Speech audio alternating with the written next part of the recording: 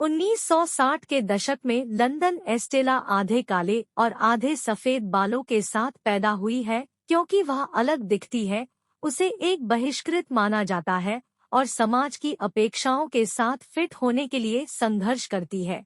अगर उसे एक महान डिजाइनर बनना है तो उसे पैटर्न का पालन करने में सक्षम होने की आवश्यकता होगी। एस्टेला निश्चित रूप से वह करने से इनकार कर देती है जिसकी उससे अपेक्षा की जाती है।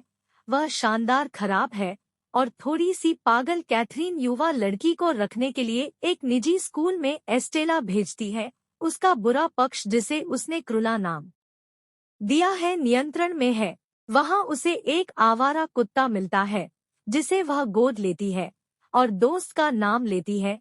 एस्टेला के बुरे व्यवहार ने उसे प्रधानाध्यापक के कार्यालय में बार बार उसे एक समस्या बच्चा बनाकर भेजा। स्कूल के प्रधानाध्यापक एस्टेला की मां के साथ संघर्ष में उसकी मां ने अपने रिकॉर्ड को साफ रखने के लिए उसे स्कूल से वापस ले लिया, जबकि प्रधानाध्यापक के निष्कासन के उत्साह के बावजूद कैथरीन ने एस्टेला और बड़ी को लंदन के लिए एक नया जीवन शुरू करने और अपनी बेटी के फैशन के सपनों को प्रोत्साहित करने की उम्मीद में ड्राइव किया। लेकिन पहले कैथरीन रुक गई। हेलमंड हॉल में एक शानदार विंटर बॉल में यह समझाते हुए कि उन्हें अपने नए जीवन के लिए आवश्यक धन प्राप्त करने के लिए एक पुराने दोस्त से बात करनी चाहिए। एस्टेला पर्व देखना चाहती है, लेकिन उसकी मां ने जोर देकर कहा कि जब तक वह अंदर है वह कार में रहे और उसे देखने के लिए कहे। एक लाल हार के बाद जिसे वह एक परिवार की विरासत के रूप में वर्णित करती है,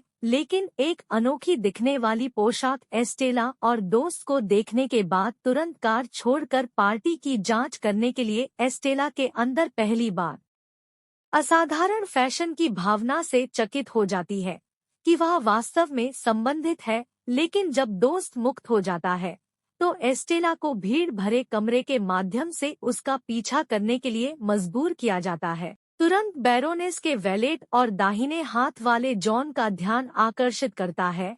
वह उसे पकड़ने का प्रबंधन करता है और उसके काले और सफेद बालों को देखने के बाद उसे कवर करता है और एस्टेला को बाहर निकालने की कोशिश करता है। एक बार फिर से फ्री सिनेमा रिकैप। यहाँ हमारे पास एक छोटी सी चुनौती है जिसमें 5 सेकंड लगेंगे और यह आपके जीवन को हमेशा के लिए बदल देगा।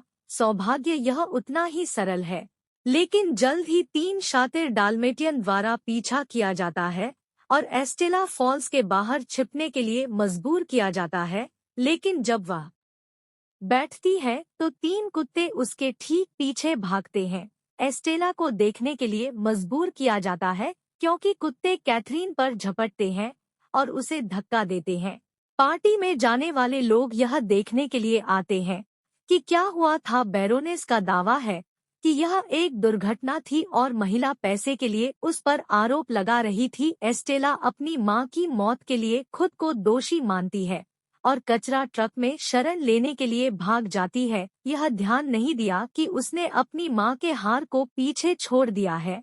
अंततः एस्टेला इसे रीजेंट पार्क फाउंटेन में ले जाती है, जहां वह अपनी मां के साथ सब कुछ गड़बड़ करने के लिए माफी मांगने के बाद जाना चाहती थी। क्रूला को पता चलता है कि उसने वह हार खो दिया है जो उसकी मां ने अगली सुबह उसे जगाया था। एस्टेला जाग गई। फाउंटेन पर सो जाने के बाद वह 2 छोटे चोर जैस्पर और होरेस और उनके एक आंख वाले कुत्ते को फाउंटेन के नीचे से पैसे स्वाइप करते हुए देखती है। जैस्पर जल्दी से देखती है कि एस्टेला का परिवार नहीं है, लेकिन जब पुलिस तिकड़ी को दिखाती है, उनके कुत्तों और भाइयों ने उससे बचने के लिए अपनी पूरी कोशिश की। लेकिन एस्टेला और दोस्त अपने ठिकाने में भी इसे बनाए रखने में कामयाब रहे। लड़कों ने खुद को एस्टेला से मिलवाया और उसने खुलासा किया कि वह एक अनाथ जैस्पर है जो उसके साथ सहानुभूति रखती है और उस भावना को याद रखने के लिए होरस से आग्रह करती है।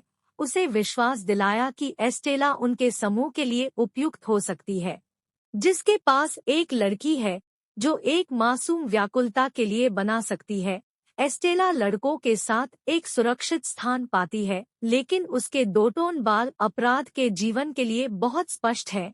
इसलिए वह अपने बालों को लाल रंग देती है। 10 साल बाद एस्टेला एक पूर्ण विकसित वयस्क है जो जैस्पर होरस बडी के साथ रहती है और सफल छोटे अपराधियों के रूप में आंख मारती है।